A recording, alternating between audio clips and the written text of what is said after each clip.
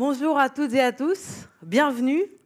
Nous sommes réunis aujourd'hui pour la présentation du rapport annuel de la Croix-Rouge française sur la résilience de la société face aux enjeux de santé. C'est la 3e édition de ce rapport. Comme les années précédentes, elle a été réalisée avec le concours du CREDOC et avec l'appui de la Fondation Croix-Rouge française. Cette année, l'étude porte sur la façon dont la proximité contribue à l'amélioration de santé des Français et en particulier des plus vulnérables. Pour nourrir notre réflexion, nous aurons le plaisir d'écouter l'expérience d'acteurs de terrain, médecins, secouristes, responsables de projets, autant de voix qui constituent le riche écosystème de la Croix-Rouge française. Et pour ouvrir cette conférence, j'invite le président de la Croix-Rouge française, M. Dacosta, à monter sur scène.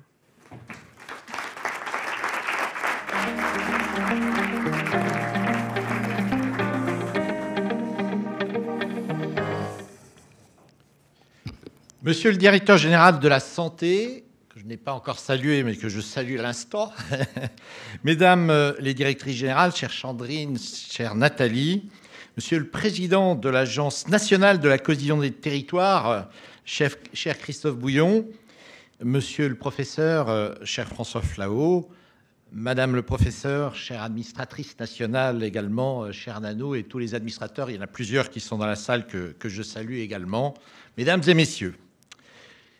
Aujourd'hui, en France, un homme parmi les 5% les plus riches vivra en moyenne 13 ans de plus qu'un homme parmi les 5% les plus pauvres. 44% de nos concitoyens estiment vivre dans un désert médical. Un Français sur 3 a déjà renoncé à des soins. Ces chiffres ne sont pas des abstractions. Ils disent tout simplement la réalité, parfois brutale, vécue par nos concitoyens, tant en Hexagone qu'en Outre-mer. Ils disent l'urgence de défendre la santé pour ce qu'elle est, un bien commun. C'est pourquoi cette 3e édition de notre rapport annuel, au lendemain de la Journée mondiale de la santé, et 5 ans après une pandémie qui a provoqué plus de 110 000 décès en France, nous avons choisi de dresser un état des lieux de notre santé collective et de notre capacité à faire face aux futures crises. Sur ce sujet, l'action de la Croix-Rouge française est en premier lieu historique. Elle a commencé, comme vous le savez, par les champs de bataille pour panser les corps des blessés, et elle s'est poursuivie avec l'invention, entre autres, du métier d'infirmière, dont nous formons actuellement 10% des effectifs en France et dont nous sommes le premier acteur privé non lucratif dans la formation. Et aujourd'hui, bien entendu, comme auxiliaire des pouvoirs publics, nous luttons contre les épidémies, portons secours, accompagnons les plus fragiles ici et ailleurs. Notre combat pour la santé est de tout temps et de tout lieu. La crise du Covid-19 a révélé, s'il en était besoin, la place essentielle de la Croix-Rouge française. Nos volontaires ont été en première ligne et nous avons contribué, comme vous le savez sans doute, à la vaccination de près de 20% de la population française. Notre engagement dépasse nos frontières et en tant que membre du plus grand mouvement humanitaire au monde, nous sommes en première ligne, que ce soit dès les premiers jours de la guerre en Ukraine, en évacuant des enfants atteints de cancer, ou encore en République centrafricaine pour lutter contre le VIH, la tuberculose ou le paludisme. Et alors qu'il y a quelques jours, 8 secouristes du Croissant Rouge palestinien ont été tués, nous réaffirmons avec force notre engagement. Partout où la santé est menacée, nous serons là. Car la Croix-Rouge épouse les parcours de vie, de la petite enfance au plus grand âge, et en tire une vision globale de la santé, de la prévention, jusqu'au relèvement aux 4 coins de France, hexagonale et ultramarine. Ce rapport, que nous allons largement commenter ce matin, s'appuie sur cette réalité de terrain avec tous ses obstacles et aspérités. Nous avons donc confronté nos observations à l'expertise du CREDOC et aux recherches de la Fondation Croix-Rouge française. Les constats sont clairs. L'état de santé des Français s'améliore, mais il est sous pression. Vieillissement de la population, avec 20 millions de plus de 60 ans en 2030, crise de la santé mentale, véritable épidémie de la solitude, notre système de santé est en difficulté. Crise des métiers, accès aux soins de plus en plus inégaux, urgences saturées. Les inégalités socio-économiques constituent également des accélérateurs de vulnérabilité. J'ajouterai également l'hybridation des défis dans nos centres d'hébergement d'urgence, dans nos maraudes par exemple. Nous sommes de plus en plus amenés à médicaliser nos réponses. Inversement, dans nos hôpitaux et établissements, l'accompagnement social devient crucial dans le relèvement des personnes. Face à l'hybridation des défis, il nous faut, je pense, hybrider les réponses. C'est ce que nous faisons, par exemple, avec l'engagement bénévole, parfois même d'anciens patients dans les établissements de santé. Cela fait partie des solutions que la Croix-Rouge et les acteurs associatifs portent et que nous préconisons dans ce rapport. Parce qu'elles ont émergé du terrain, de l'expérience des volontaires, nous prônons une approche de proximité. Ce sont aussi des dispositifs de santé mobile pour aller vers les plus vulnérables en particulier, le développement des patients partenaires, la formation qui va au-delà des gestes mais des comportements qui sauvent. Ces solutions, finalement, portent l'espoir de rendre notre système de santé plus accessible à tous et sans condition. Pourtant, notre secteur à but non lucratif est trop souvent oublié, alors qu'il pourrait contribuer davantage à la redéfinition du paysage de la santé. C'est ce que nous réaffirmons également dans ce rapport. Nous sommes prêts, avec évidemment tous les partenaires associatifs, à être un véritable partenaire de l'État pour tracer ensemble les contours d'un système de santé plus juste, plus solidaire, engageant également les citoyens dans l'acte de sauver des vies. C'est tout le sens de ce rapport que nous allons vous présenter aujourd'hui. Par-dessus tout, nous voulons tout simplement réaffirmer le rôle fondamental du citoyen face aux grands défis de notre époque et aux crises qui nous attendent. C'est ce que j'appelle l'élan du premier kilomètre, cette capacité à faire de chacun un acteur de la résilience collective, un acteur qui agit en proximité vis-à-vis de ses voisins ou vis-à-vis de ses collègues de travail.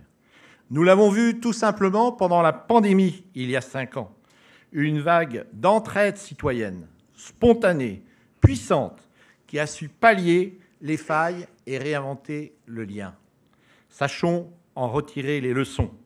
Face aux crises majeures, nous devons regarder en face une réalité simple. L'État ne peut pas tout. Et j'ajouterai que les collectivités territoriales sont les acteurs essentiels de cette proximité. La société civile, les citoyennes, les citoyens ont eux aussi une part essentielle à jouer comme les entreprises. Donnons-nous les moyens d'agir ensemble, créons cette communauté d'acteurs de proximité qui peut changer le cours des événements. L'expérience l'a montré, ce que nous avons fait pendant la Covid, mais ce que nous avons fait à l'occasion de chaque crise, y compris quand il s'est agi d'accueillir dans notre pays 100 000 Ukrainiens. Nous avons vu ce que cela a été sur les territoires partout en France. Je veux donc remercier, pour conclure, très chaleureusement toutes les équipes qui ont travaillé sur ce rapport annuel, ceux qui ont contribué à ce travail collectif. Et je voudrais que l'on rentre très directement dans le vif du sujet en remerciant d'ailleurs l'institution qui nous accueille dans ce centre Imagine, qui est remarquable et qui est tendu sur la recherche et sur la perspective. Et je voudrais saluer évidemment le professeur Antoine Flahault, à qui je vais céder la parole, et le remercier très chaleureusement d'avoir accepté notre invitation à intervenir devant vous ce matin. C'est à travers notamment la crise sanitaire que nous sommes connus, à travers l'écran notamment, mais je suis très heureux que vous apportiez votre expertise scientifique pour mettre en perspective le travail qui est porté à connaissance de nos concitoyens ce matin. Merci à vous, professeur.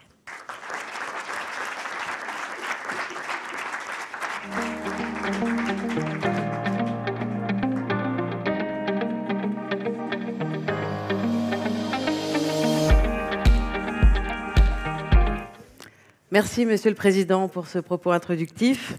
Bonjour, professeur Flahault. Merci d'être avec nous aujourd'hui. Vous êtes directeur de l'Institut de santé globale à Genève. Vous avez à ce titre une vision à la fois scientifique et systémique des enjeux de santé publique. Le Président a souligné à l'instant l'importance de faire de chacun un acteur de la résilience collective. Or, cela implique aussi d'apprendre à être acteur de sa propre santé. Et cela passe par la prévention.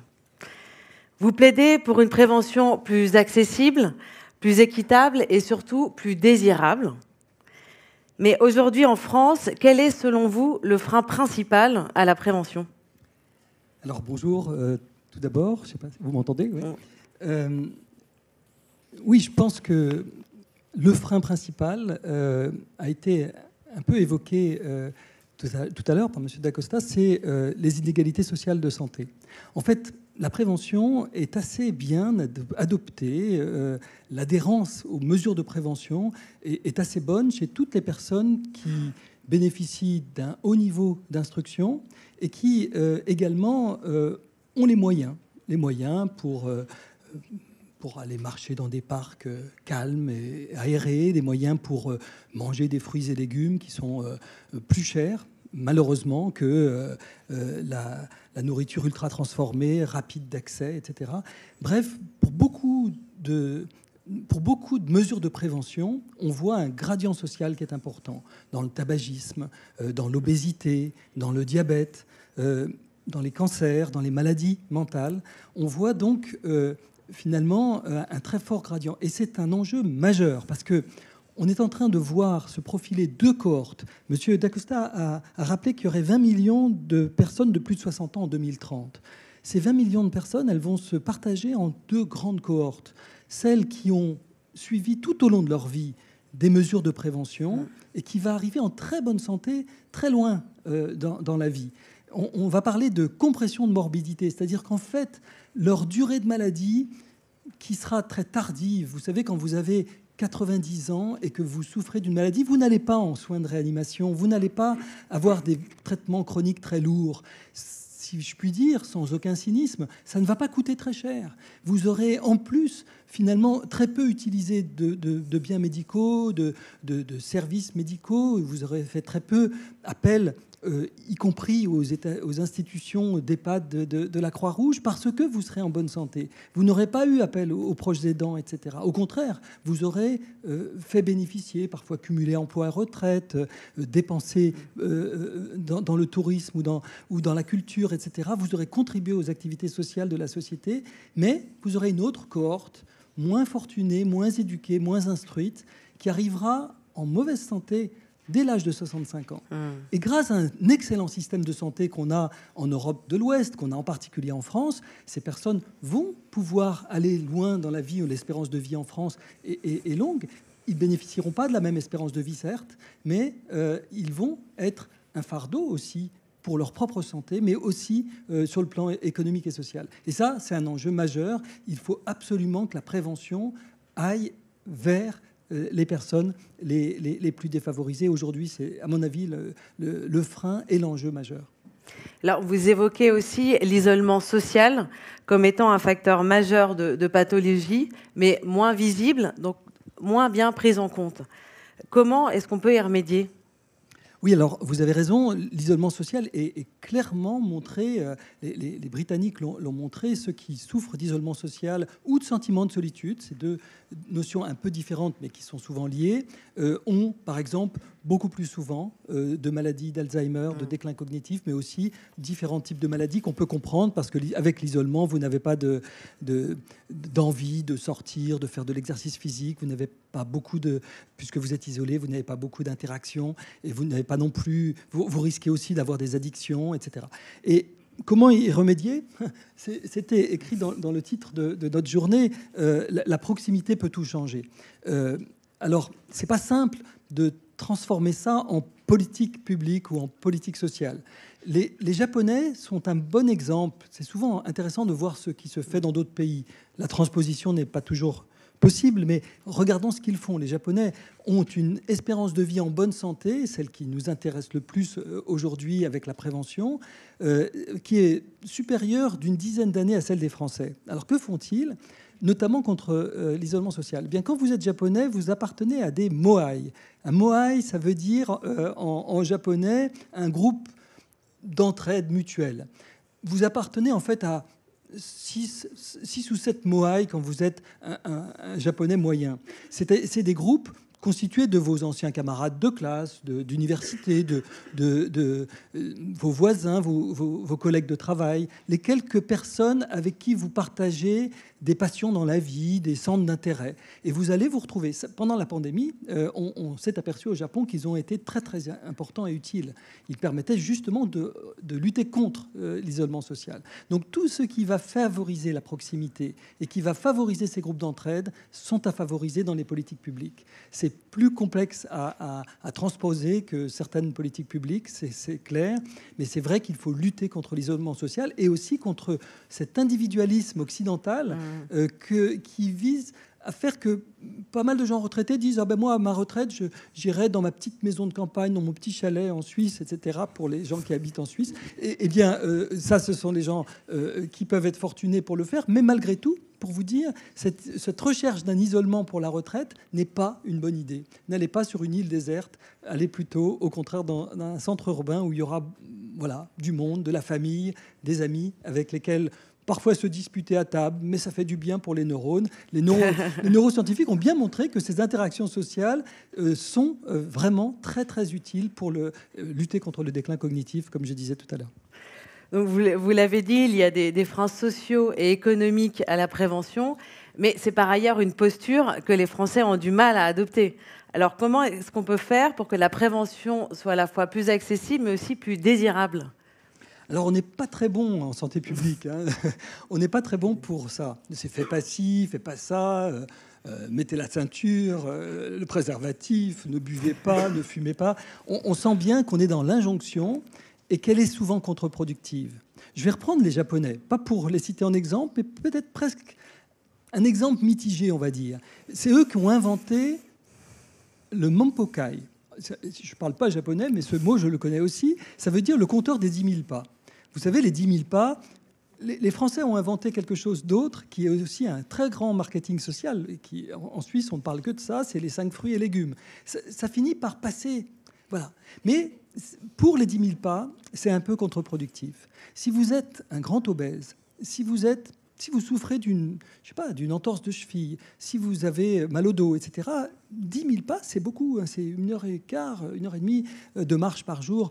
Et en fait, les études scientifiques montrent que ce n'est pas nécessaire. C'est très bien de faire 10 000 pas, mais ce n'est pas nécessaire. À partir de 4 500 pas, on va dire 10 minutes de marche le matin, 10 minutes de marche l'après-midi. Ce n'est pas énorme.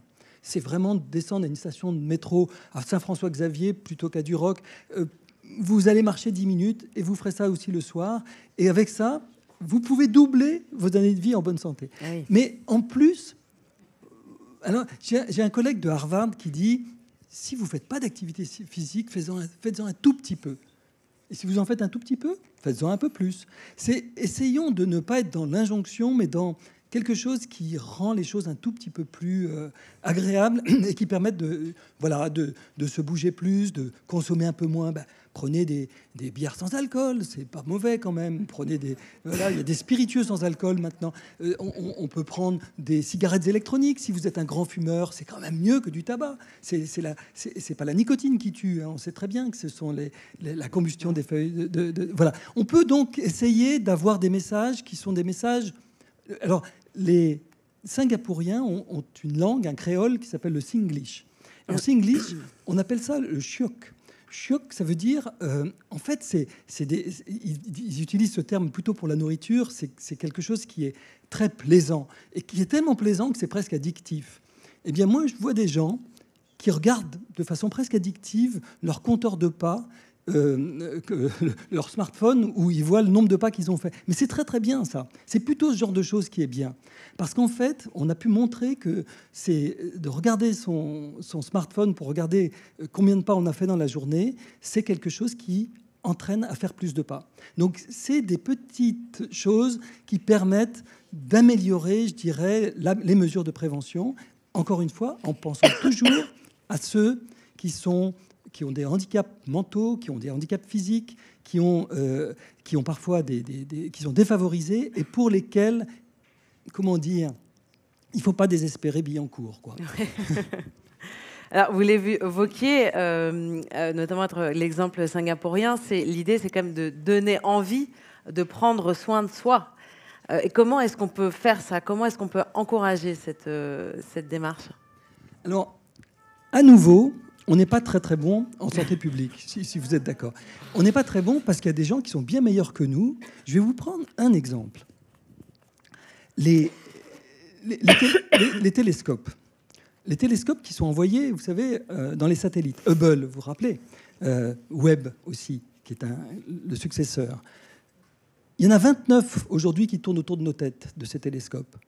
C'est-à-dire que les astrophysiciens ont réussi à vendre aux politiques d'envoyer 29 satellites qui tournent encore, qui sont fonctionnels aujourd'hui. Hubble, c'est 2 milliards d'euros. Webb, c'est 16 milliards d'euros, c'est-à-dire que c'est des coûts phénoménaux et qui se reproduisent. Voilà. Qu'est-ce qu'ils font? Pourquoi est-ce qu'ils arrivent à vendre ça et que nous, on n'est pas capable de bien vendre la veille sanitaire ou je sais pas quoi, ou la prévention? Il faut peut-être qu'on se pose, nous, des questions. Comment ils font? En fait, je pense que... Bon, vous parliez, M. Dacosta, de la crise sanitaire qui nous a réunis. Voilà. La crise sanitaire, les politiques y comprennent et ils savent très très bien. Ils sont très très bons, les politiques, dans les crises. Ils gèrent les crises. Je ne dis pas qu'ils aiment les crises, mais en tout cas, ils excellent clairement dans la gestion des crises. La prévention, tout ça, la santé, il faut le faire, quoi. Mais ils n'excellent pas là-dedans. Et qu'est-ce qu'ils peuvent faire? Qu'est-ce qui peut motiver? Comment ils font pour Hubble, pour Webb? Ils vendent du rêve. Ils font rêver. Donc je pense que ce qu'il faut arriver, c'est faire rêver. C'est se dire, mais dans le fond, vous ne trouvez pas que vivre vieux en bonne santé, c'est un peu du rêve? On n'arrive pas à vendre ce rêve, à dire, mais à partir de 65 ans, je peux vivre 10 ans, 15 ans, 20 ans en bonne santé si j'applique des mesures de prévention et si j'ai des politiques publiques qui soutiennent ces mesures de prévention, pas simplement pour les plus instruits, pas simplement pour les plus aisés, mais aussi pour toutes les parties de la population handicapées, isolées, défavorisées.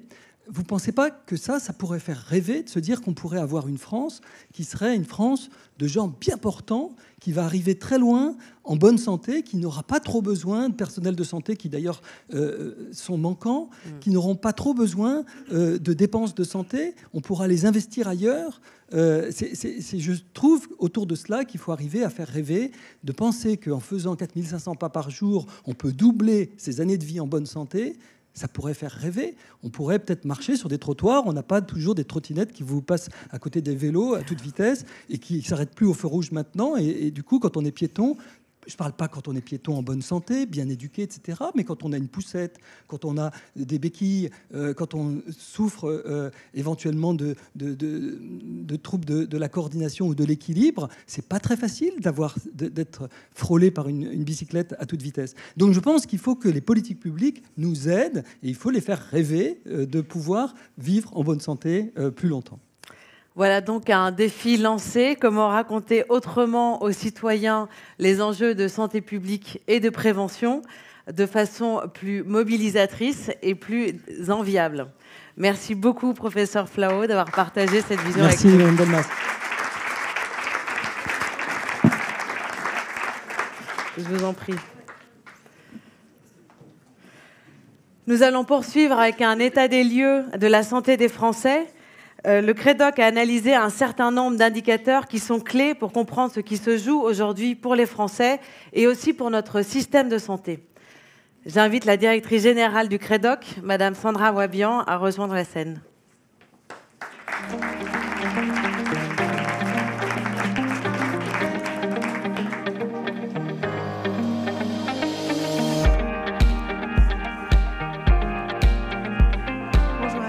Donc Sandra Wabian, directrice du CREDOC.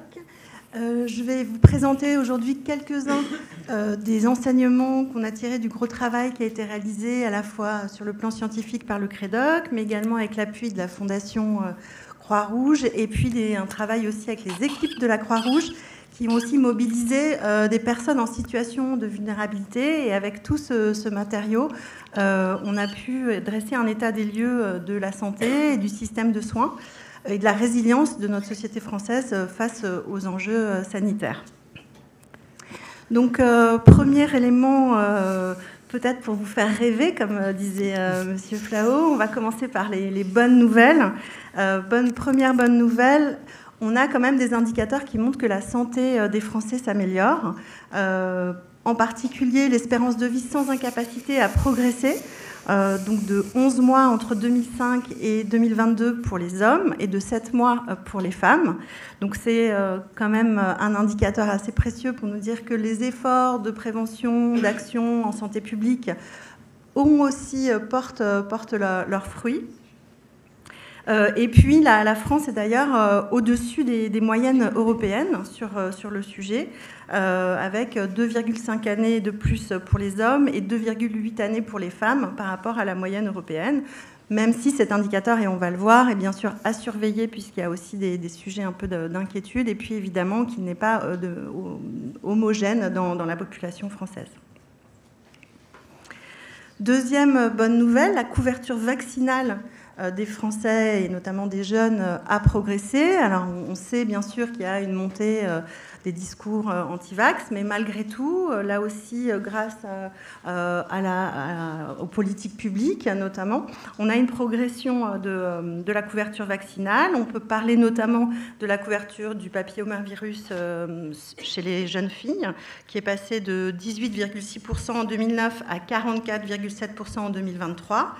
Là aussi, évidemment, le verre n'est pas complètement plein. Chez les jeunes hommes, on est encore un petit peu en retard. On n'a que 16% d'entre eux qui étaient vaccinés en 2023. Mais bon, il faut rappeler aussi que la vaccination est recommandée chez les jeunes hommes seulement depuis 2021. Donc il faut aussi un peu du temps, bien sûr, aux politiques pour s'installer. Et puis, il y a un certain nombre de facteurs dont je parlais très rapidement contre lesquels il faut évidemment lutter, comme notamment les questions de réticence au vaccin qui ont un peu augmenté avec la période pandémique, et puis des questions de manque d'information, aussi de sensibilisation des parents, notamment pour la vaccination des jeunes garçons. Donc, augmentation de l'espérance de vie en bonne santé, une progression de la couverture vaccinale, mais bien sûr des enjeux de santé qui sont multiples. Le premier, le président d'Acosta l'a cité, les inégalités de santé sont très importantes, notamment entre les plus aisés et les plus modestes. On peut aussi dire rappeler qu'il y a des inégalités selon les territoires. Par exemple, l'espérance de vie à Paris est de 80,2 ans contre 72,3 ans à Mayotte. Donc, au sein même de notre société, on a des écarts importants suivant là où on vit. Et puis, ces inégalités, elles sont plus fortes, plus marquées que la moyenne des pays de l'OCDE. Donc, sur ce plan, on a des efforts à faire. Autre type d'inégalité qui, aujourd'hui, est de plus en plus visibilisée, les inégalités de genre, alors qui jouent assez clairement négativement pour les femmes, puisque notre système de soins, la manière dont on a organisé la recherche, les tests sur les médicaments, tout a été fait au départ par des hommes pour des hommes.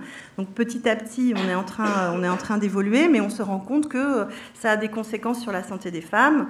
Par exemple, la première cause de décès des femmes, ce sont les maladies cardiovasculaires, et elles sont sous-diagnostiquées chez les femmes, à la fois parce qu'il y a cette idée que les femmes seraient protégées par la grossesse, et également parce qu'on ne prend pas toujours au sérieux les symptômes des femmes qui sont considérés comme parfois un peu psychosomatiques, alors qu'en réalité, ils sont révélateurs de maladies cardiovasculaires. Autre élément qui passe un petit peu en dessous les radars encore aujourd'hui, les questions de prévention et de réparation des risques professionnels des femmes. C'est-à-dire que beaucoup de prévention des risques psychosociaux sont pensées par rapport aux risques des hommes. Donc la pénibilité physique, par exemple, dans les critères de pénibilité, on a beaucoup de critères qui sont liés aux métiers qui sont occupés aujourd'hui par des hommes, et moins par rapport aux métiers qui sont occupés par des femmes, avec notamment des questions de risques psychiques qui sont moins visibles par rapport aux femmes. Mais les stéréotypes de genre et l'organisation de la santé de manière genrée ne jouent pas négativement que sur les femmes, elles jouent aussi négativement sur les hommes, puisque il faut rappeler que les hommes ont une espérance de vie plus faible et que c'est notamment lié à des comportements de risque qui sont là aussi liés au fait qu'on développe chez les hommes l'idée qu'il faut savoir prendre des risques, qu'il faut qu'un homme, un vrai homme, va avoir plus de mal à se contrôler, etc. Et puis il y a aussi moins de comportements de dépistage, par exemple sur le cancer colorectal, où il y a moins de prévention qui est faite chez les hommes. Donc, sortons un peu des stéréotypes de genre, sortons de cette santé genrée pour apporter une meilleure santé, finalement, à tous. Autre enjeu évidemment important, la progression des maladies chroniques. Donc on parlait du vieillissement, hein, c'est évidemment une des raisons qui explique l'augmentation des maladies chroniques. Il faut quand même rappeler qu'aujourd'hui, la prise en charge de ces maladies chroniques, elle représente les 2/3 des dépenses totales de remboursement de l'assurance maladie. Donc c'est un vrai enjeu important. Donc ce sont des maladies qui vont nécessiter un suivi régulier, en particulier donc les maladies cardiovasculaires, les maladies psychiatriques dont on parlait tout à l'heure, les questions de santé mentale, le diabète, l'obésité, les cancers. Cette progression des maladies chroniques, elle est liée à la fois au vieillissement de la population, mais aussi, on en parlait tout à l'heure avec les 10 000 pas, aux questions de sédentarité et également aux questions d'alimentation. Donc la prévention, la question qu'on évoquait tout à l'heure, est évidemment un enjeu important du système de santé actuel. Autre enjeu, les questions de santé mentale qui ont été mises sur le devant de la scène, notamment avec la pandémie. On a vraiment eu une augmentation de la proportion de personnes en situation de dépression qui touchait 1 Français sur 5 en 2022. Donc 2 fois plus qu'avant la pandémie. Et puis, en particulier, les jeunes sont touchés, et en particulier les jeunes femmes, donc avec, par exemple, une augmentation de la consommation d'antidépresseurs qui a bondi de 62% entre 2014 et 2021. Donc un enjeu important auquel va devoir faire face notre système de protection sanitaire. Donc face à ces différents enjeux, eh bien, finalement la Croix-Rouge se saisit de ces différents constats pour aussi apporter l'idée qu'il faut d'une certaine manière réinventer un peu toujours notre système de santé, hein, remettre le métier se remettre sur les métiers. Et en particulier, travailler sur la question de la proximité, puisque, on l'a évoqué aussi rapidement, on a une commune sur 3 aujourd'hui qui est classée considérée comme un désert médical. Donc ça concerne quand même 6 à 8 millions de personnes. On a aussi un nombre de médecins qui sont présents sur le territoire en moyenne qui est inférieur lorsqu'on se compare à d'autres pays européens. Par exemple, en Autriche, ils ont 545 médecins pour 100 000 habitants, en Allemagne 453, et nous, on est à 339. Donc évidemment, on a moins de présence des médecins sur le territoire, c'est moins de proximité.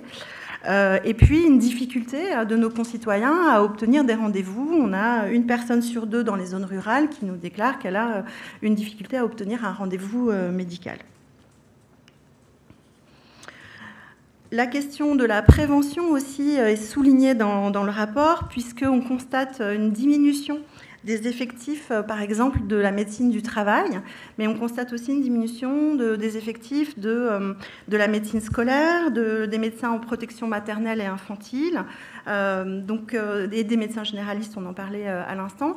Donc tout ça, c'est tout un maillage en fait de professionnels de soins qui s'effiloche un petit peu avec le temps et donc qui pose la question de cette proximité de manière très importante. Et puis, dans un effet un peu qui s'auto-alimente, eh bien, le maillage territorial étant moins dense, nos concitoyens vont aussi de plus en plus aux urgences. Donc, les prises en charge aux urgences ont doublé entre 1996 et 2021, en passant de 10 à 20 millions de personnes. Et selon l'adresse, on a entre 20 et 30% des personnes qui se présentent aux urgences qui auraient pu être soignées d'une autre manière par des services de proximité. Et donc tout ça vient alimenter aussi la difficulté à recruter du personnel soignant, puisque le personnel soignant est sous pression de manière importante, même si bien sûr il y a eu des efforts par exemple avec les augmentations de salaire, mais malheureusement celles-ci ont été très vite rattrapées par l'inflation et donc on a des difficultés à rendre attractifs les métiers notamment des aides-soignants et des infirmiers pour lesquels il manque 30 000 postes vacants. Et dernier enjeu, proximité en essayant de revitaliser la présence sur le territoire et également proximité en plaçant le patient dans une position différente de celle dans laquelle il était placé pendant très longtemps, en faisant un partenaire, voire même parfois un chercheur, un enseignant, puisqu'en fait, le patient est aussi quelqu'un qui a une forme de savoir expérientiel à partir de son vécu. Et on a montré dans l'étude, à partir d'une enquête qui a été menée au niveau européen, qu'en France, on a une proportion inférieure à d'autres pays, donc de 48% de personnes qui nous disent qu'elles se sentent toujours assez impliquées lorsqu'elles sont face à un personnel de santé. En Nouvelle-Zélande, on est à 64%, en Australie à 63%, en Allemagne à 60%. Donc on a un peu des efforts à faire pour continuer les premières évolutions qui ont déjà été mises en place et poursuivre sur cette lancée et placer le patient dans un autre rôle et un autre rapport par rapport au personnel soignant et au monde médical. Voilà pour quelques enseignements que je voulais vous mettre en avant, mais comme je vous le disais, il y a un rapport très riche qui est disponible sur le site de la Croix-Rouge avec beaucoup de matériaux. N'hésitez pas à vous y référer et je vous remercie beaucoup pour votre attention.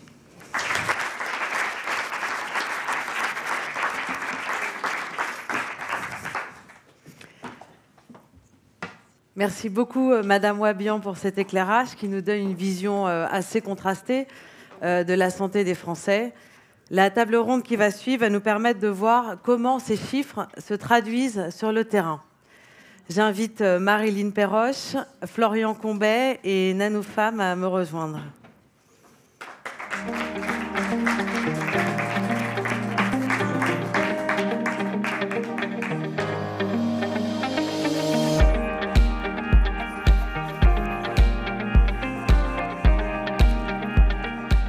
Bonjour à tous les trois. Merci beaucoup d'être avec nous aujourd'hui. Vous allez chacun nous parler de votre expérience de la proximité sur le terrain. Marilyn Perroche, vous êtes responsable de projet autour du partenariat patient au Centre des Massues à Lyon. Votre engagement dans le partenariat repose sur un parcours professionnel et personnel assez fort. Et comment est-ce qu'il a façonné votre vision du soin ? Effectivement, donc je suis née avec un handicap de naissance, une paralysie cérébrale, et je suis aussi depuis mon plus jeune âge aidante de mes proches, de ma famille et aujourd'hui de mon fils le plus jeune. Ces expériences m'ont donné l'envie à un moment donné dans mon parcours de devenir soignante pour permettre à cette histoire, à ce parcours de vie un autre sens, une utilité différente. Et donc je suis devenue aide-soignante, puis infirmière, formée à la Croix-Rouge compétences. Ces expériences combinées m'ont permis de devenir une sorte de médiatrice entre les patients et les soignants et m'ont permis d'être convaincue de la valeur du savoir expérientiel et du partage des connaissances de ces multiples acteurs. Tout ça a vraiment renforcé ma conviction que la relation dans le soin est une relation de proximité qui doit être partagée dans une solidarité renforcée et dans une responsabilité aussi qui est partagée par les professionnels de santé, mais par les patients eux-mêmes qui doivent être de plus en plus responsables et acteurs, s'ils le peuvent, de leur santé. Alors, quelle est selon vous la valeur clé de ce partenariat patient ? La valeur clé du partenariat patient, c'est vraiment l'envie de co-construire, de partager une vision du soin.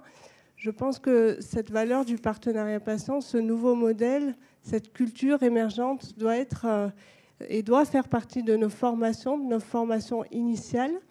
C'est d'ailleurs pour ça qu'avec les instituts de formation Croix-Rouge Compétences, il y a un programme pilote qui a été monté sur l'enseignement du partenariat patient et qui montre aujourd'hui que ces nouveaux soignants qui deviennent des salariés de nos établissements portent en eux cette culture avec le savoir aujourd'hui, qu'ils ne sont pas les seuls détenteurs du savoir et que le patient et l'aidant a aussi des choses à apporter pour contribuer à un meilleur système de santé.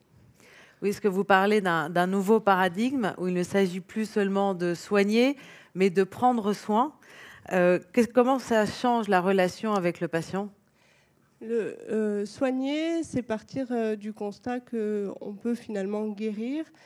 Pour moi, le prendre soin, c'est s'inscrire dans une durée, dans une continuité qui prend en compte un avant, un pendant et un après. Donc avec une partie importante au niveau de la prévention pour mieux vivre avec soi-même, avec sa santé, avec sa maladie. Et donc ça transforme la relation qui s'inscrit dans quelque chose de beaucoup plus large et qui permet une proximité, une relation de confiance qui doit s'installer petit à petit et qui doit être renouvelée à chaque expérience pour permettre un soin peut-être plus horizontal, plus juste aussi, concernant à la fois les besoins et les souhaits des professionnels, mais aussi des patients et des aidants. Merci beaucoup, Marilyn.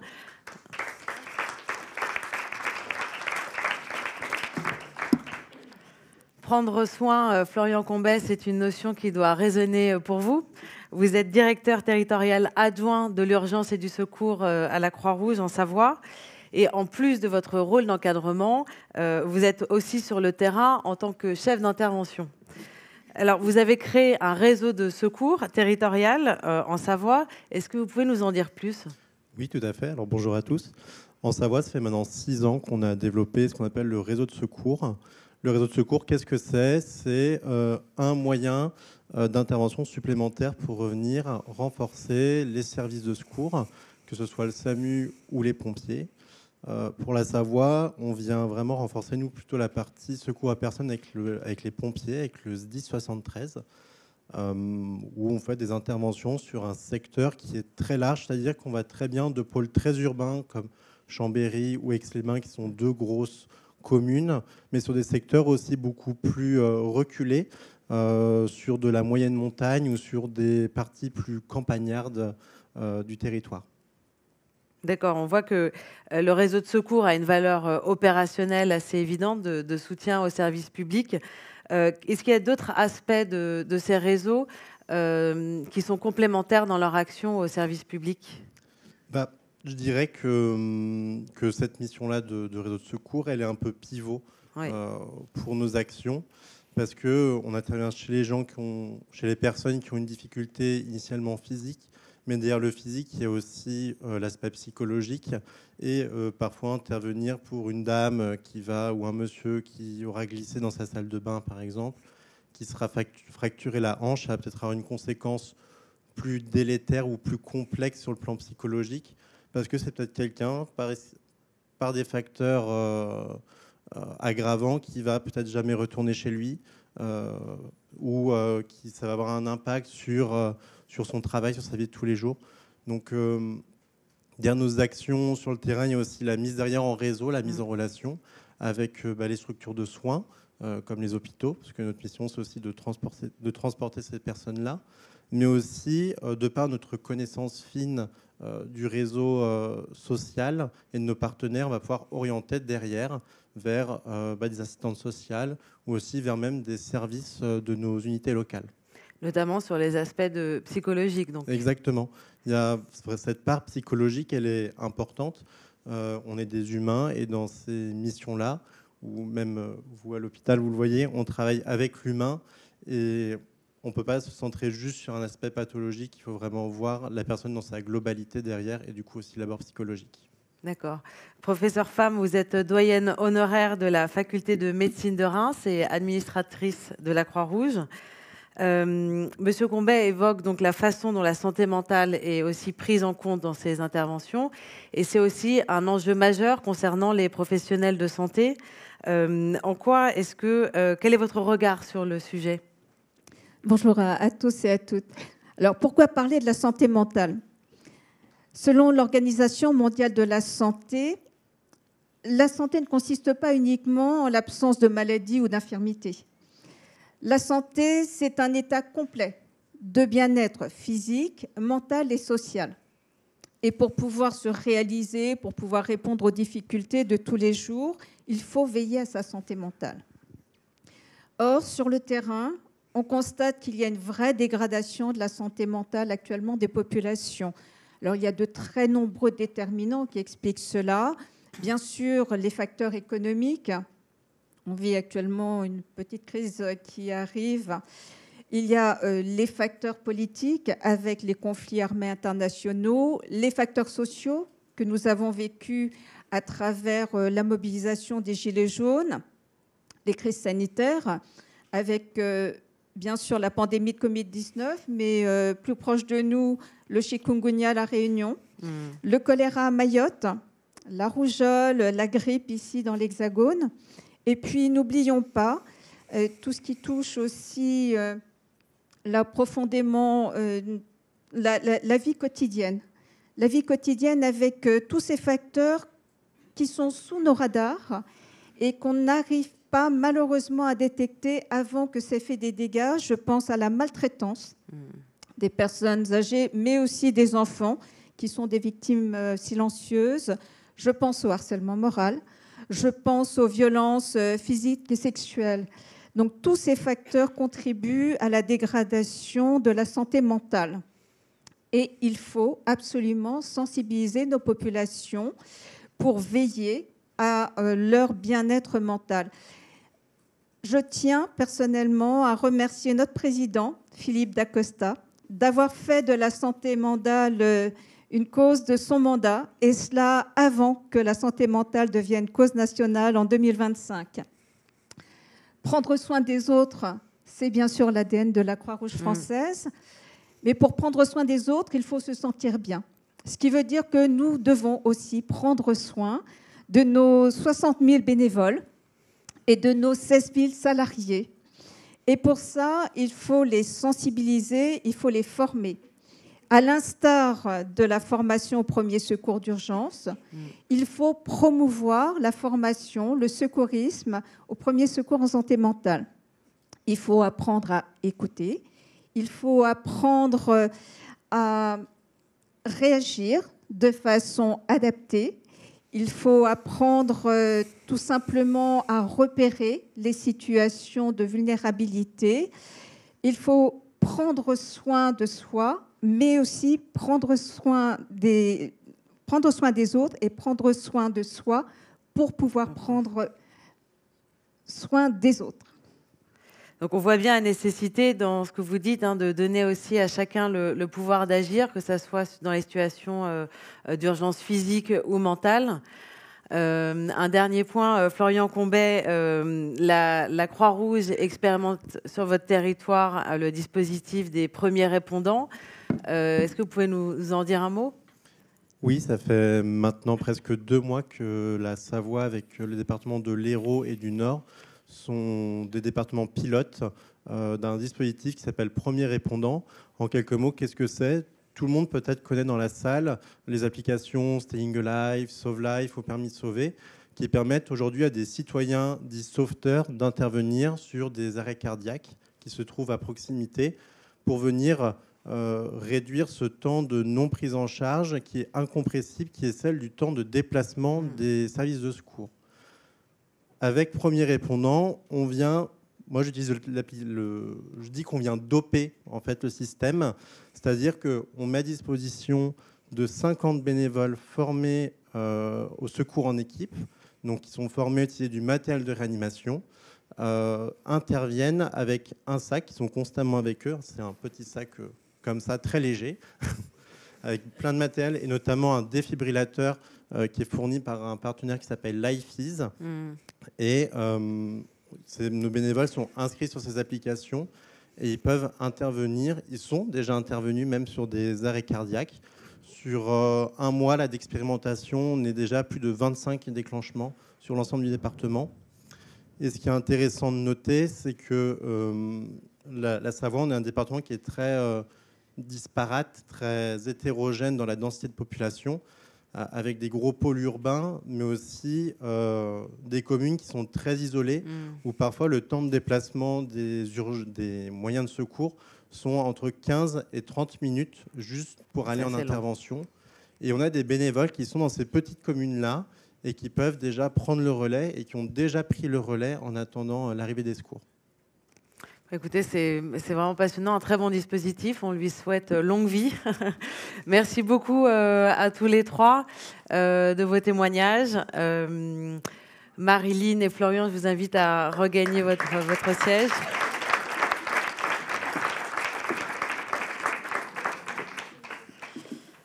Nous allons maintenant ouvrir notre seconde table ronde. Comment parvenir à rendre notre système de santé encore plus résilient, coordonné et accessible ? J'ai le plaisir d'inviter Grégory Emery, directeur général de la santé, à nous rejoindre. Bonjour.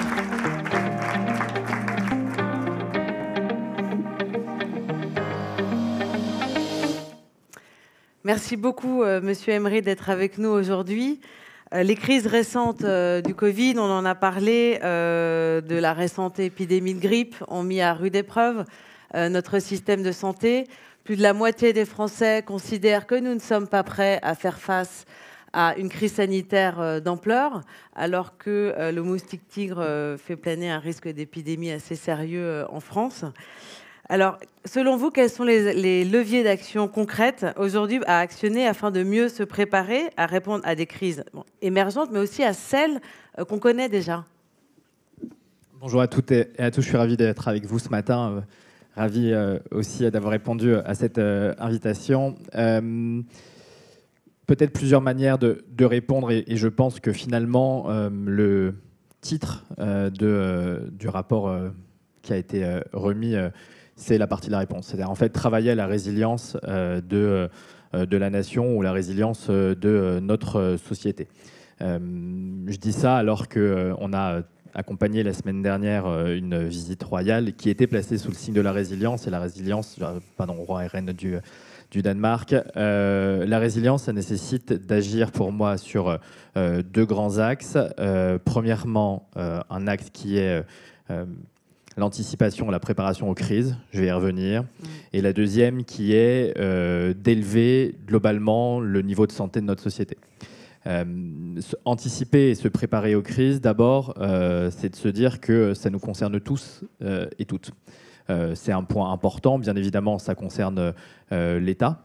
C'est les leçons qui ont été tirées du Covid. Alors, je vais peut-être en dire un mot en termes de structuration de ce qu'on a fait au niveau national. Jusqu'à, on va dire, encore quelques années, la réponse aux grandes crises sanitaires, quelles qu'elles soient, et vous avez cité tout à l'heure plusieurs crises, qu'elles soient environnementales, climatiques, sociétales, liées à des conflits militaires, elles répondent toutes à des mêmes dynamiques et il faut le plus possible qu'on identifie d'abord quels sont les risques. Et identifier les risques, ça veut dire travailler avec des experts scientifiques sur quels sont les risques associés à des conflits à des crises ou à des conflits très spécifiques. Ensuite, définir des moyens de réponse. En fonction des crises, les moyens ne sont pas les mêmes. Vous citiez effectivement la question du chic à La Réunion.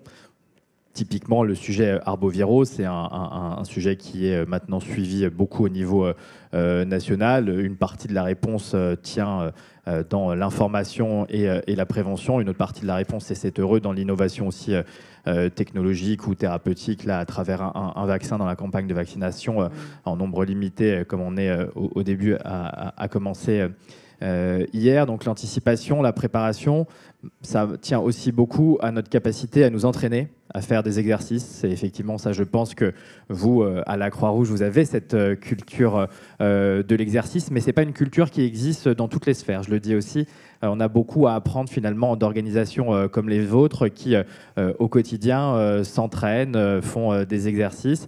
L'État, alors on a, je crois qu'on m'a mis des chiffres pour tout vous dire. J'ai quand même comme on me l'a mis, je vais le citer, sinon mes équipes ne seront pas contentes. Non, j'y arriverai pas à le retrouver, hein, le chiffre, mais pas ce matin. On a un nouveau programme d'exercice qui est mis en œuvre avec les collègues de l'interministérialité. 16 exercices ont déjà été organisés cette année pour tester la coordination des acteurs. Voilà, comme ça j'ai lu la phrase. Non mais c'est un point important parce que finalement c'est à travers l'exercice. On avait un exercice la semaine dernière où il y a 15 jours qui a été un petit peu relayé sur les médias avec nos collègues militaires, hein, pour l'approche civilo-militaire. C'est certain que c'est des cultures différentes, des modes de langage différents, des actions qui doivent se coordonner et on ne peut pas le jour J se découvrir. Donc ça c'est le premier point de la réponse et je compléterai si vous voulez mon point de réponse sur la prévention dans un second temps. D'accord, très bien. Oui, est-ce que vous parliez donc de l'anticipation des crises et comment aussi les associations peuvent être une source d'inspiration, comme celle de la Croix-Rouge. Est-ce que vous voyez des pistes pour renforcer le partenariat entre l'État et les associations ? Je n'avais pas réfléchi à cette question. Plein, d'abord. Non, il y a plein de pistes. D'abord, mieux se connaître. Et effectivement, c'est une première chose. Mieux se connaître au niveau national. Hein, c'est ce qui a été fait. C'est un des points qu'on a eu en commun ces derniers mois qui s'est traduit notamment par un cadre de travail commun, que ça soit sur les crises, je viens de le citer, mais que ça soit aussi dans les démarches d'aller vers. Hein. C'est une convention, c'est ça ? Je suis nul sur les vecteurs juridiques. C'est effectivement une convention cadre. Sur les démarches d'aller vers, l'approche, on va dire, de proximité ou l'approche de terrain, c'est finalement celle qui compte. J'étais hier matin avec les collègues de l'ARS Mayotte pour faire un point sur l'ensemble des sujets de santé publique qui concernent aujourd'hui le territoire de Mayotte, de l'accès à l'eau à la vaccination autour des cas pour la diphtérie, à l'information et la prévention sur le choléra, mais aussi tout simplement la poursuite des campagnes de vaccination chez les tout-petits, donc c'est chez les 3, 6 et 12 ans, pour s'assurer qu'ils ont une bonne couverture vaccinale sur tous les vaccins de l'enfant. Bah là, c'est typiquement un exemple où les démarches d'aller vers, l'approche communautaire, le rôle des associations sera toujours supérieur à celui des autorités sanitaires. Pourquoi ? D'abord parce qu'il y a une capacité à démultiplier l'action, ça c'est une chose importante. Deuxièmement, je pense qu'il ne faut pas minimiser on l'a trop fait en France, la nécessité d'avoir des approches culturelles.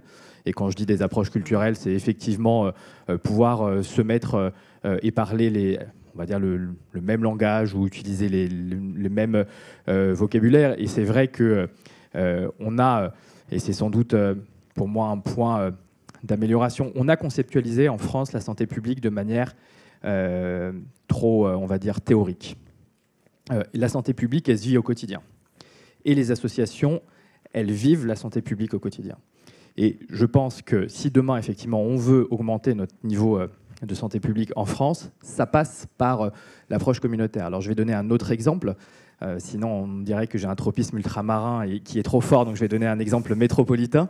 Quand on fait les centres de santé sexuelle d'approche communautaire, qui ont un autre nom, je pense, dans la dernière loi de finances, c'est typiquement ça qui est prôné, c'est-à-dire effectivement de se dire que pour traiter du VIH, pour traiter des IST, pour prendre en charge les personnes en situation de prostitution / travailleurs du sexe, la meilleure approche, ça va être celle qui va tenir compte des déterminants. Et effectivement, on ne vit pas dans les mêmes conditions, qu'on soit à Paris, qu'on soit à Lyon, qu'on soit à Marseille. On n'a pas les mêmes origines au sens très large du terme.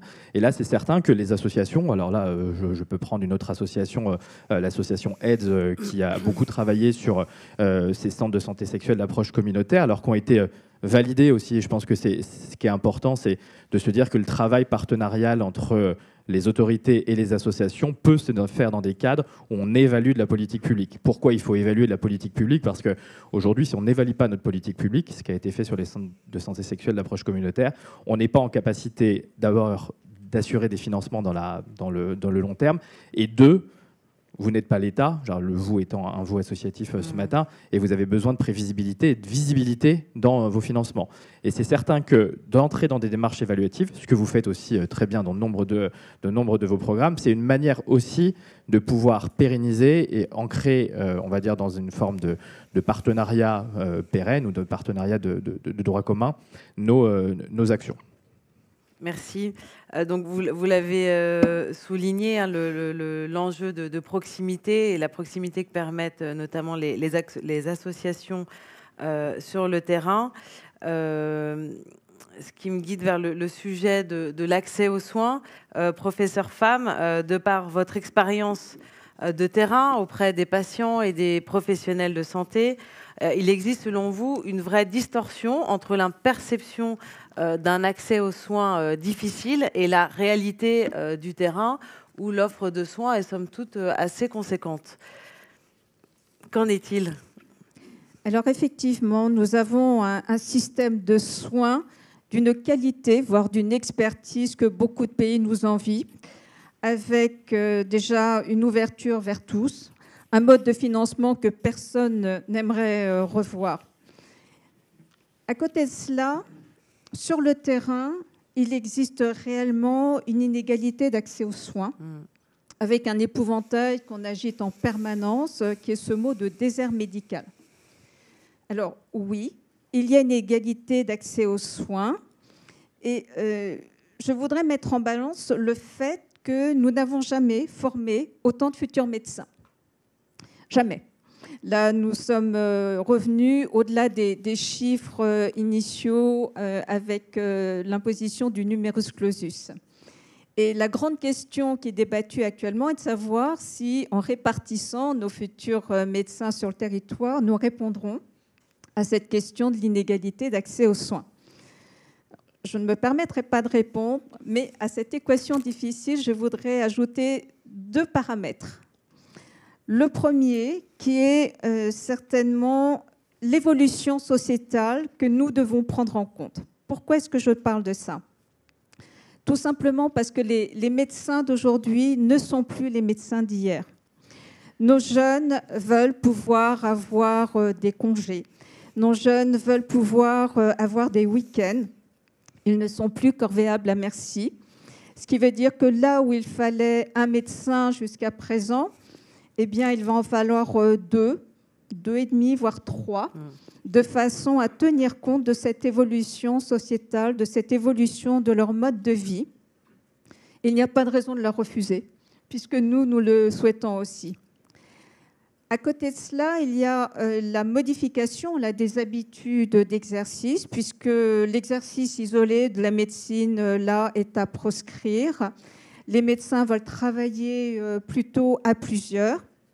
Ils veulent aussi un environnement. Alors, un environnement médical, c'est-à-dire d'avoir à proximité quand même un centre d'imagerie, un laboratoire d'analyse médicale, des infirmières, des kinésithérapeutes, bien sûr. Ce qui veut dire que là, il faut penser environnement de soins et environnement tout court, parce que, de nouveau, nos jeunes veulent vivre une vie non pas isolée, mais avec un environnement qui puisse leur permettre le lien social dont on parlait tout à l'heure. Et ça, il faut bien l'avoir en tête lorsqu'on pense peut-être à la répartition de nos jeunes sur le territoire. Deuxième paramètre, malheureusement, c'est le renoncement aux soins. Nous en avons parlé. Alors pourquoi est-ce que certaines populations renoncent aux soins? Non pas parce qu'il n'y a pas d'accès aux soins possibles, mais parce que c'est difficile pour certaines personnes. Je prends l'exemple des personnes âgées. Les personnes âgées qui peuvent être en isolement familial, en isolement social. Et un exemple extrêmement simple, les problèmes dentaires que rencontrent les personnes âgées. Alors, qui va se préoccuper de leurs problèmes dentaires, d'aller prendre des rendez-vous, surtout s'il n'y a pas d'ordinateur pour avoir Doctolib? Qui va les amener pour s'occuper de ces soins? Parce que ce n'est pas une seule séance qui va suffire, mais plusieurs. Donc, en fait, les personnes âgées, oui, renoncent aux soins. Un deuxième exemple, les personnes en exclusion sociale. Et ça, nous le savons tous, puisqu'il faut pouvoir avoir accès aux soins, mais il faut, pour les personnes en exclusion sociale qui ont des maladies chroniques, pouvoir aller régulièrement vers des centres de soins. Il faut parfois aussi avoir recours à des thérapeutiques qui sont onéreuses. Et là, on sait qu'il y a un véritable renoncement aux soins. Un autre exemple ? Les personnes en situation de handicap. Est-ce que vous avez déjà essayé d'accompagner une personne en situation de handicap dans son parcours de soins? Alors, il y a beaucoup de progrès qui ont été faits pour avoir un accès maintenant dans les services publics pour les personnes en situation de handicap. Mais est-ce que vous avez vécu le regard de certaines personnes?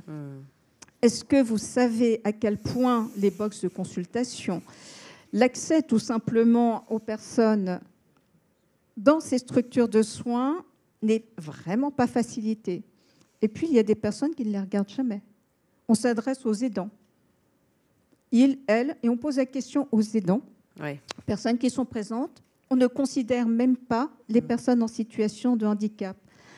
Et ce ras-le-bol de la stigmatisation fait que certaines personnes renoncent aux soins.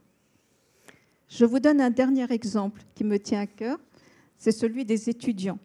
Population silencieuse, population qui a de plus en plus de problèmes financiers, qui sont pudiques, qui n'en parlent pas, et se retrouvent éloignés de leur famille parfois, sans médecin traitant.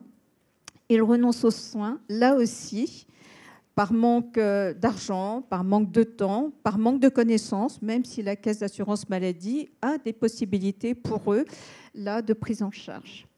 Donc oui, cette inégalité d'accès aux soins doit être réfléchie, mais voyez qu'elle est multifactorielle. Et alors, est-ce que vous avez quelques pistes à nous proposer ou des idées pour améliorer cet accès aux soins et notamment pour atteindre ces populations vulnérables? Concrètement, le rapport résilience là, montre à quel point notre association, mais les associations de façon globale, ont un rôle important pour prendre en charge, accompagner les populations vulnérables avec deux mots. Aller vers, comme on l'a dit depuis tout à l'heure, aller vers, accompagner ces populations vulnérables. Alors, aller vers, on l'a vu avec l'exemple de la vaccination Covid, les unités mobiles pour la vaccination, mais il y a aussi, par exemple, dans la promotion de la santé de la femme et de l'enfant, les centres de protection maternelle et infantile de la Croix-Rouge française qui ont développé des équipes mobiles pour aller vers les populations les plus isolées, vers les femmes isolées, de façon à pouvoir les protéger. Le aller vers, c'est aussi bien sûr vers les personnes en exclusion sociale, et tout le dispositif des maraudes prouve bien son efficacité, son accompagnement. Le aller vers les personnes en situation de handicap, les personnes âgées, dans les structures, dans les EHPAD, bien sûr, mais aussi les personnes qui sont isolées, socialement parlant. Donc oui, Antoine Flao, rêvons que nous puissions accompagner les personnes vulnérables et, dans notre système de santé, remettre de l'humain et du lien social. Merci beaucoup, professeur Pham. Grégory Emery, comment est-ce qu'on peut alors collectivement s'améliorer et pour donner un meilleur accès à la santé et encourager la prévention? En réinvestissant la proximité, ou en fonction de... Alors, c'était le titre de la table ronde, donc ça marchait bien. En privilégiant la proximité et l'approche territoriale. Et c'est sans doute une manière de réconcilier, on va dire, nos politiques publiques de santé et la lutte contre les inégalités sociales et territoriales de santé. Pourquoi ? Parce que quand on fait de la politique publique, ce qui est mon métier maintenant depuis des dizaines, au moins une grosse dizaine d'années, on a tendance effectivement à penser des dispositifs généralistes, même si on a les bonnes intentions ou les meilleures intentions du monde, qui est de toujours veiller dans nos dispositifs généralistes à avoir l'identification de populations qui pourraient, on va dire, ne pas bénéficier de cette intervention généraliste et sur lequel il faudrait aller chercher. Le problème, c'est effectivement quand on pense ces politiques au niveau national, on ne tient pas compte de la réalité. Tenir compte de la réalité, c'est d'abord tenir compte, et vous l'avez dit, de la ressource humaine. De la ressource humaine, on a pensé à un système de santé d'abord très hospitalo-centré, il faut dire aussi les choses, et on pâtit encore aujourd'hui de ce modèle trop hospitalo-centré, ce qui est une vraie difficulté des pays voisins au niveau européen, y compris sur le premier recours. Aujourd'hui, ont moins de difficultés d'accès à leur premier recours parce qu'effectivement, ils ont bien stratifié les parcours de soins entre ce qui relève de la proximité, ce qui relève du recours ou de l'expertise. Donc le premier, tenir compte des ressources humaines, c'est aussi, et je pense que c'est un point important, c'est de se dire que pour construire une société en santé, tous les acteurs ont un rôle à jouer. Alors je suis médecin, donc je vais faire attention dans la critique formulée auprès des médecins, mais on a un système de santé qui a été pensé selon une approche beaucoup trop biomédicale et pas suffisamment dans un continuum, d'abord santé sociale, premièrement, et deuxièmement, dans une santé publique, j'ai envie de dire une santé publique de l'action. Et c'est certain qu'une manière aussi de répondre aux difficultés, on va dire, en ressources humaines, c'est de confier à plein d'autres acteurs des missions de santé.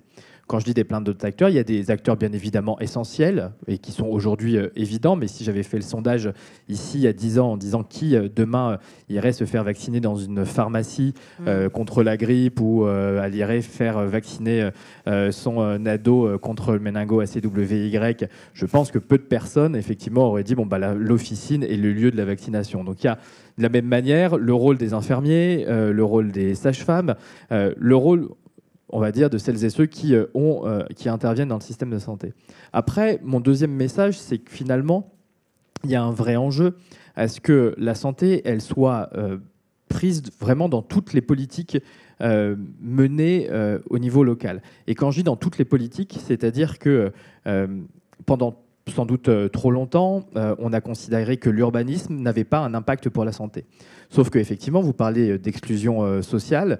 C'est certain que si demain, sur les établissements pour personnes âgées ou des structures tierces, on fait que ces structures tierces soient beaucoup plus ouvertes sur la société. Alors, c'est moins le travail de la DGS, c'est plus le travail d'une autre direction du ministère. Mais pour faire du lien social entre des plus jeunes et des plus seniors, faire que typiquement, ces lieux où l'été, on peut trouver de la climatisation, bénéficient, on va dire, à l'approche anglo-saxonne, à la communauté.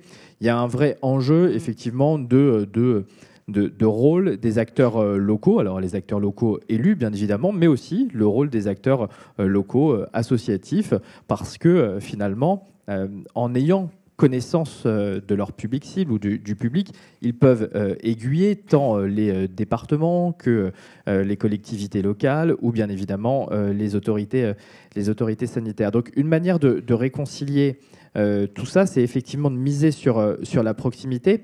Et je vais vous donner un autre exemple où finalement approche nationale et proximité ou aller vers ne sont pas contradictoires. Quand, avec la vaccination HPV, on réinvestit le collège. Quand je dis qu'on réinvestit le collège, c'est tous ici, on peut s'accorder à dire que la médecine scolaire, elle a aujourd'hui devant elle des défis qui sont gigantesques et qu'on ne peut pas en même temps se dire qu'on a des défis gigantesques et pas réinvestir le sujet de la santé à l'école au sens large. Quand effectivement des centres de vaccination, de statuts très différents d'ailleurs, parce qu'il y a des centres de vaccination rattachés au département, d'autres rattachés à un établissement de santé, d'autres à caractère plus associatif, se rendent dans les collèges pour vacciner les filles et les garçons à partir de l'âge de 11 ans.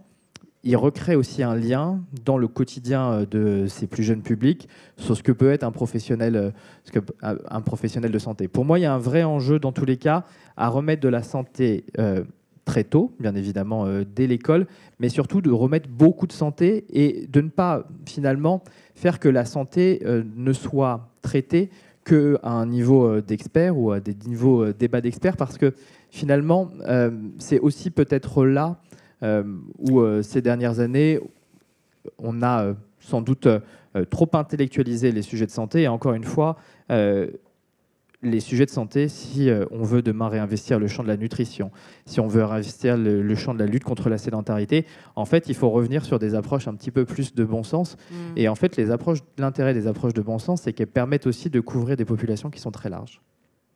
Très bien. Mais écoutez, merci beaucoup de cet éclairage. C'était vraiment passionnant comme échange. Est-ce que vous voulez ajouter un dernier mot avant de conclure cette table ronde ? Oui, alors juste une phrase.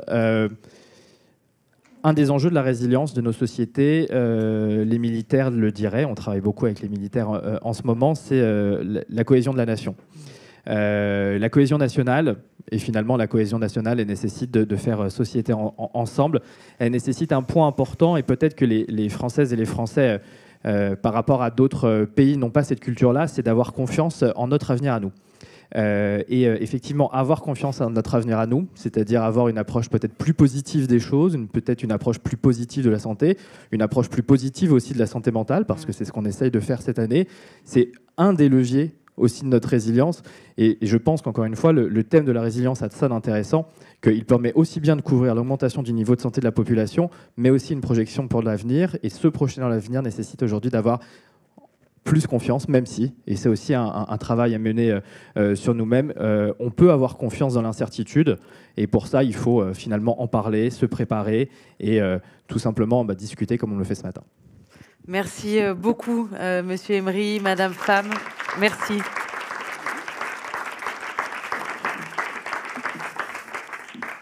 Je vous invite à regagner vos places. Merci. Voilà, pour conclure cette conférence, j'appelle à nouveau le président de la Croix-Rouge française, Monsieur Dacosta, à me rejoindre.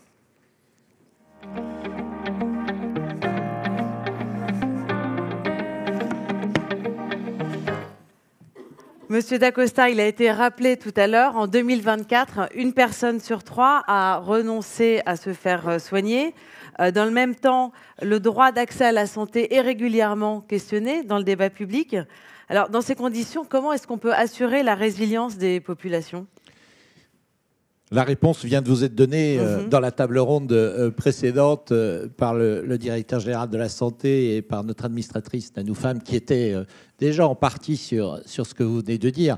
Qu'ajouter aux excellents propos qui viennent d'être tenus par les deux tables rondes, et en particulier pour le thème qui commence par les deux intervenants précédents, je dirais que le premier des éléments, c'est que nous appelons dans ce rapport à faire de l'accès à la santé un droit inconditionnel, sans état de ressources ou de statut social. Et pour nous, il y a deux mots-clés, c'est le mot proximité et le mot vulnérabilité. En effet, nous ne pouvons pas nous résoudre à accepter d'avoir dans notre pays une forme de santé à deux vitesses qui s'installerait et qui laisserait les plus vulnérables sur le bord du chemin. On a beaucoup utilisé à la Croix-Rouge la notion de vulnérabilité partagée au moment de la crise Covid. Je pense que la réalité, elle est là. C'est-à-dire que nous avons, et l'enquête de l'Opinion Way le montre, 44% des Français disent vivre dans un désert médical. Donc il faut répondre. Il faut répondre.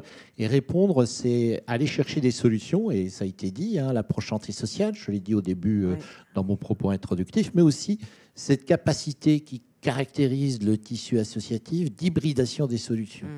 Deux exemples d'hybridation des solutions, c'est en 10 ans l'explosion des dispositifs de mobilité à la Croix-Rouge française. Le bus dentaire dans le Gers a été inauguré 3 fois par le président, par la ministre, par le président du conseil départemental. Donc pour vous dire que ça fonctionne.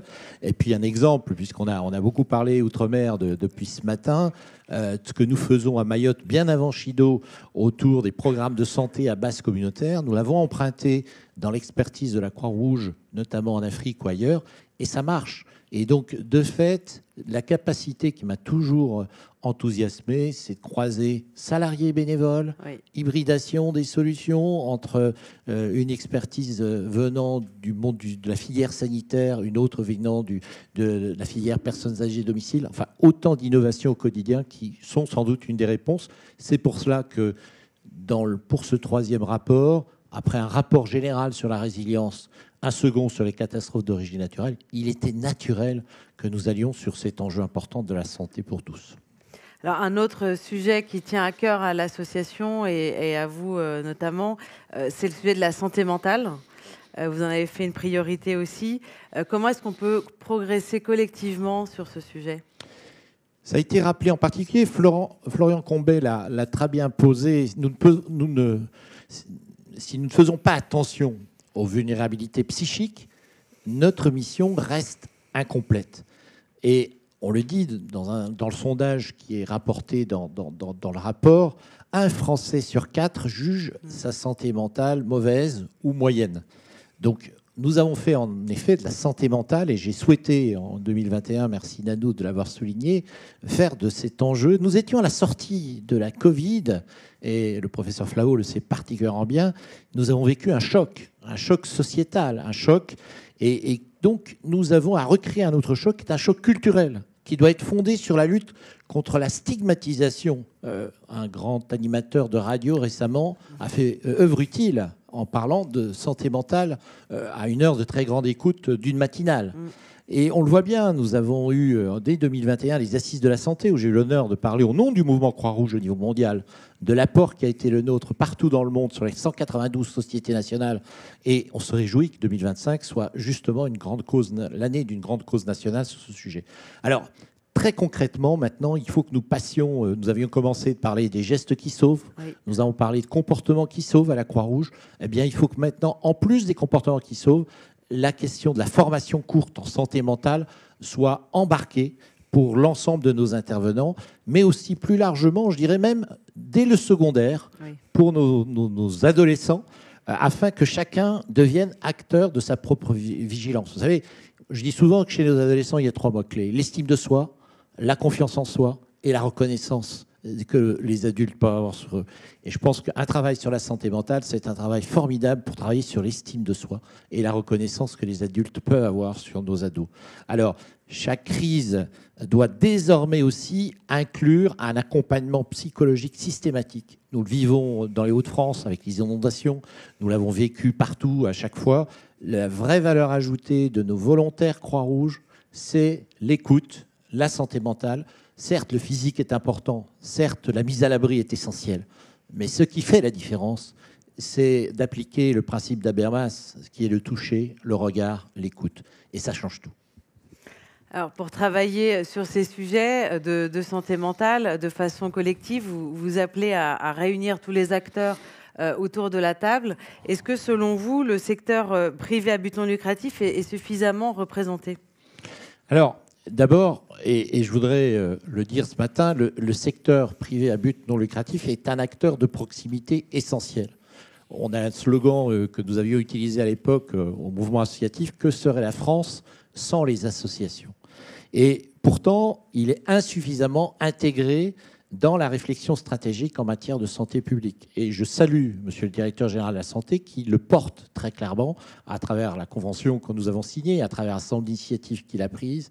Et donc, pour nous, ça passe évidemment dans la relation avec l'État, mais plus que uniquement la question du cadre financier, qui est essentiel, parce qu'on l'a vu, les conséquences pour notre secteur ces 3 dernières années de fragilisation qui mettent à mal des pans entiers de nos activités professionnelles par non-reconnaissance financière aussi de l'activité qu'on porte, ou en tout cas traitement inégal par rapport au public du secteur privé non lucratif. Donc il faut compenser cela.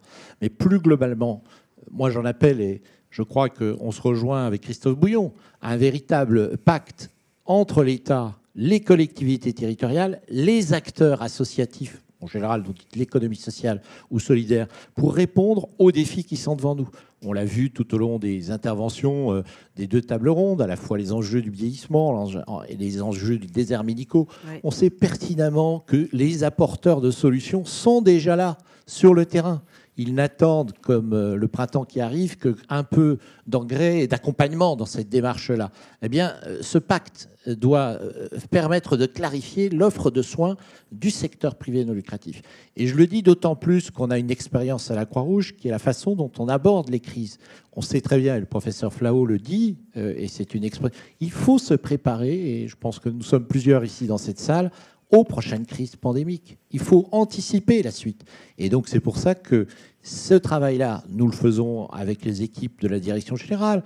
Lorsque nous réfléchissons sur notre territoire après Mayotte, après positionner du matériel, lorsque nous engageons une réflexion sur l'intégration des volontaires qui sont venus au moment de Chido pour en faire des acteurs de santé, y compris sur le territoire, et accompagner ces défis-là, c'est autant d'approches qui vont être essentielles.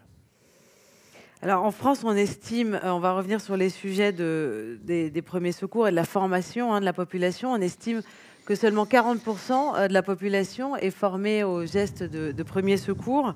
Alors dans ce contexte, comment, on en a parlé un peu avec le professeur Flao, comment rendre acteurs les Français de leur propre protection? Vous avez vu tout à l'heure un petit sac, le premier répondant. Eh bien, vous avez là une très belle initiative qu'on expérimente actuellement à la Croix-Rouge. Mais qu'est-ce qu'on cherche derrière ça? C'est à créer ce que j'appelle l'élan du premier kilomètre. C'est-à-dire qu'il est indispensable de rendre chaque citoyen acteur de sa propre résilience. Et l'État a un rôle à jouer, les collectivités territoriales ont un rôle essentiel, mais le professeur Flao l'a très bien dit, il a rappelé l'importance de rendre la prévention désirable, de rêver pour nos citoyens, car elle est fondamentale pour désamorcer les effets d'une crise. Si à la Croix-Rouge, nous parlons de crise depuis 5 ans, c'est tout simplement parce que notre société est passée d'une logique de transition à une logique de rupture. Et pour accompagner cette logique de rupture, nous l'avons verbalisé. Alors, on a d'autres termes, on a relèvement, on a d'autres accompagnements pour parler de résilience. Mais le mot de résilience, pour nous, c'est une réponse. C'est une réponse qui vise à ce que notre association, qui est profondément ancrée localement, nous venons de vivre un exercice électoral similaire aux élections municipales de l'année prochaine, eh bien, on est convaincu que le niveau local est le premier et le dernier rempart de la santé en proximité. Le premier et le dernier. Et donc, premier et dernier maillon de la chaîne. Et pour permettre à chaque citoyen de devenir tout simplement sauveteur, nous avons quelques convictions. La première, c'est tout simplement de former la population, non plus seulement aux gestes qui sauvent, mais au comportement, au sens y compris de la santé mentale, dès le plus jeune âge, et y compris une responsabilité en famille. Oui. C'est un exercice qui peut être intéressant. De profiter d'une initiative, et là on rejoint ce que vous disiez, monsieur le directeur général, travail que nous faisons avec le ministère des Armées autour des journées de cohésion nationale, les journées de résilience nationale du 13 octobre, pour tester les scénarios de crise qui sont de tout ordre, et c'est aussi comme ça qu'on prépare la population, par des exercices. On a vu hier soir ce qui s'est passé à Paris, il y a 8 jours, il y avait un exercice avec les secouristes de la Croix-Rouge aux Invalides, en cas d'incendie dans les Invalides. On voit ce que ça peut donner dans d'autres endroits dans Paris. Ouais. Et donc, il faut permettre aussi pour cela des moyens du type du compte de formation personnelle qui peuvent être dédiés. Et je pense que les entreprises, et un certain nombre de responsables d'entreprises comprennent parfaitement que c'est dans l'intérêt de l'entreprise que d'avoir en son sein des femmes et des hommes formés. Et donc, ce rapport résilience, finalement, qu'on rend public aujourd'hui, le 3e du nom, et qui sera suivi d'autres, est donc une sorte de boussole. Il ne prétend pas, évidemment, tout résoudre. Il apporte un certain nombre de solutions qui partent du terrain de la Croix-Rouge, mais aussi en partenariat avec d'autres acteurs. Et tout simplement, il trace un cap, qui est de remettre la santé là où elle s'est éloignée, et remettre la question de la santé entre les mains de chacun et chacune d'entre nous. D'abord, sa propre santé, en effet, et je peux en parler en connaissance de cause. Il y a 5 ans, à la même heure, je n'étais pas du tout dans la situation où je pourrais vous parler aujourd'hui, et j'ai vu l'importance de notre formidable offre de soins et de santé hospitalier, remarquable, unique, et en même temps, la conviction que j'ai aujourd'hui comme président de la Croix-Rouge française, c'est que chaque citoyen est responsable de la santé de tous, et c'est comme ça qu'on fait société. Merci beaucoup, Monsieur le Président. Merci.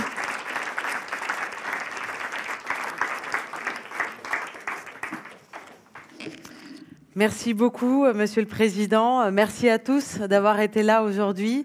Voilà, donc vous allez pouvoir retrouver maintenant le rapport de façon officielle en sortant notamment de cette salle, où un café vous attend. Et si vous voulez revisionner tous ces propos et ces échanges, la conférence sera disponible en replay sur la chaîne YouTube de la Croix-Rouge à partir de cet après-midi. Voilà, merci. Bonne journée. Merci Judith. Merci.